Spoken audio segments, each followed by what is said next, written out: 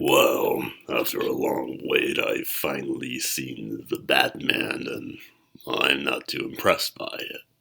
I know everybody is talking about how it's amazing, and I'm even hearing some sources say it's the best Batman movie ever.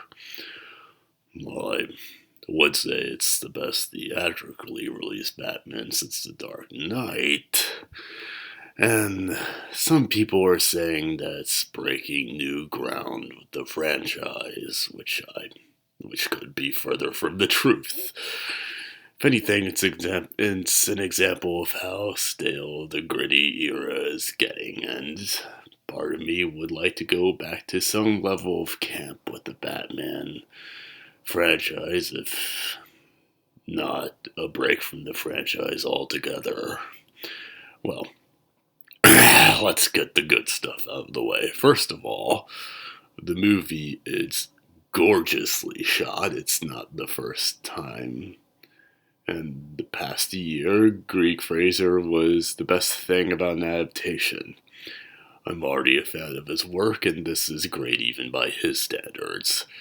I will be very disappointed if he does not win an Oscar for this. The action is also very good, visceral, but coherent. That car chase is good.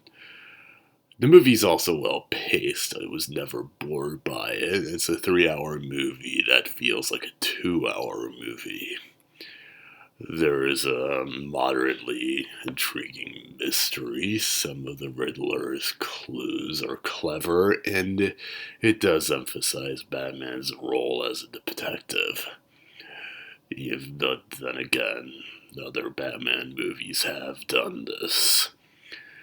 However, Batman is very derivative and in many ways uninspired. The movie's stylizes itself as the ultimate neo-noir, but the old classic movies have genuinely had a lot more wit.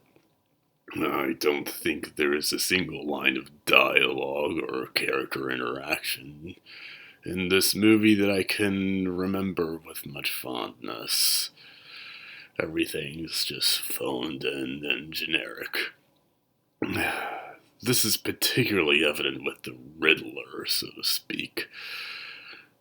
Whatever gimmickry we associate with the characters are removed, and we have a generic jigsaw-like serial killer character with all the fixins associated with it. He even takes a cue from Heath Ledger's Joker with the creepy home videos. Batman himself is rather bland. It's interesting watching everybody talk about how they made fun of Robert Pattinson for a pouty one-note performance in Twilight, only to be pleasantly surprised by his giving a pouty one-note performance in this movie. Now, of course, Pattinson isn't the problem. I think he would be a solid choice for Batman and Bruce Wayne. I've seen him in, say, Tenet, and I would have liked to see him give more of an eccentric, nuanced performance like he had in that movie for Bruce Wayne. I know I've enjoyed stoical heroes in such movies lately, but there have always been so many ways to depict Batman. He's a character of far more nuance to be interpreted as a parody of a Ryan Gosling role. Catwoman comes off as someone who's in over her head until Batman has to bail her out. Not nearly as interesting or as independent as other interpretations I've seen. Certainly not so much as Michelle Pfeiffer's.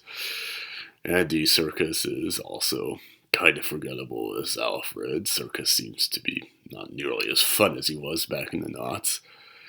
Everyone in this movie is just really watered down. There's very little energy. I think the most lively performance is from that one fat dude who plays the commissioner.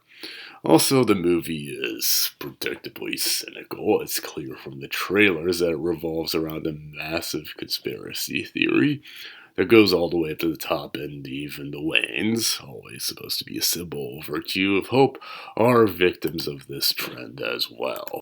So anyway, there maybe a few parts of the mystery don't quite add up.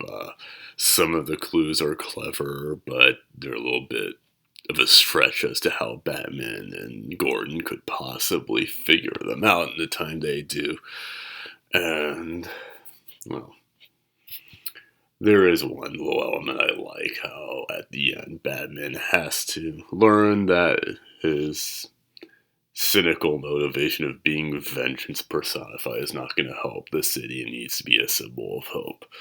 Overall, Batman is competently made, has great production values, but there's just no real inspiration behind the character. There's nothing to the story other than just a conspiracy. Nothing that does justice to the mythos of the franchise or its characters. It's just kind of everything's just, you know, derivative and just kind of soulless in many ways. It's probably pretty missable and probably a testament to how tired the superhero movies are, even when they're given the most technical skill to work with. Now, probably going into spoiler territory, I'm going to comment a few things that don't quite add up in the mystery plot. For one thing, there is one scene which Batman looks through a cipher left by Riddler in one of the crime scenes, and it just says word drive, and he automatically knows that he and Gordon are supposed to look in the dude's garage and look through one of this luxury car's USB ports and find a thumb drive with the guy's severed missing thumb attached to it, which is kind of funny because, as one AI would say, this is a Joker joke. And then so Gordon puts it to his computer, and then, the finds out all these incriminating pictures of the guy, and then the thumb drive immediately hacks his computer to send all those pictures out to all the journalists through Gordon's email, and for some reason, Gordon is not suspended over this. I suppose all he had to do was just say, hey, I'm sorry, the guy in the bat suit you're all suspicious of told me to do it, and they're like, oh yeah, we understand. And then later on the movie, we have a rather typical twist where it turns out someone's father. It turns out Selena Kyle is Carmine Falcone's illegitimate daughter, whom he doesn't give a crap about. Probably killed her mother and her friend, and she's upset, so she goes and I was like, I'm gonna kill him. Batman's like, no, don't kill him. And then she goes and tries to kill him anyway. She can't do it because she's a failure, and Batman has to bail her out again. And then another good example of how everything has to be so oddly dour is there's one scene where Alfred gets blown up because Riddler sent a message to Bruce Wayne, and he finds out about it, and he's speeding home trying to get Alfred to not open the message, and turns out their cleaning lady answers the phone, and she's like, instead of just acting like a normal person in their situation, she's like, oh, it's already too late. I'm like, what is, like a villainess of some kind? Like, no one could just act alive in this movie. And, well, someone said on Twitter that I was going to say that the Riddler was, might be adopted by some, relatively, disaffected conservatives like Joker was, except it would make more sense because the Riddler kind of is motivated by, like, trying to tear it all down, how corrupt the system is. Except, nobody's actually adopting this bozo because he's just too generic and derivative. Like, nobody's gonna give a crap about this guy. Kind of funny how Paul Dano's talking about, like, how how scarring this performance is. It's like, no, it's not. You just played the same serial killer everybody else did, dude. You're not special. I mean, I like him as an actor, but. And so, I mean, that's all it is. I mean, I probably rank this movie below both Joel Schumacher movies, which I do think get a bit of bad rap. And definitely, I give it a 5 or 6 out of 10.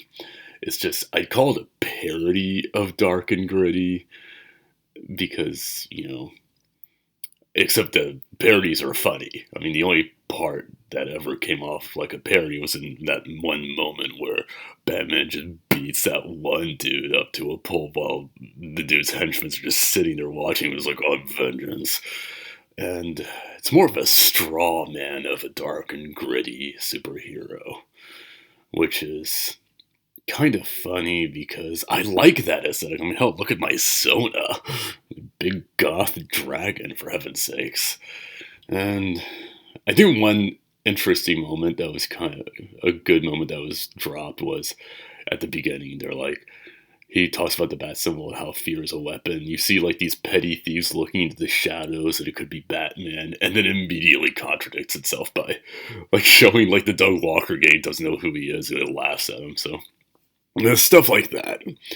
And overall, just kind of annoys me the more I think about the movie. It's like there's nothing to this movie. It's just really good looking nothingness.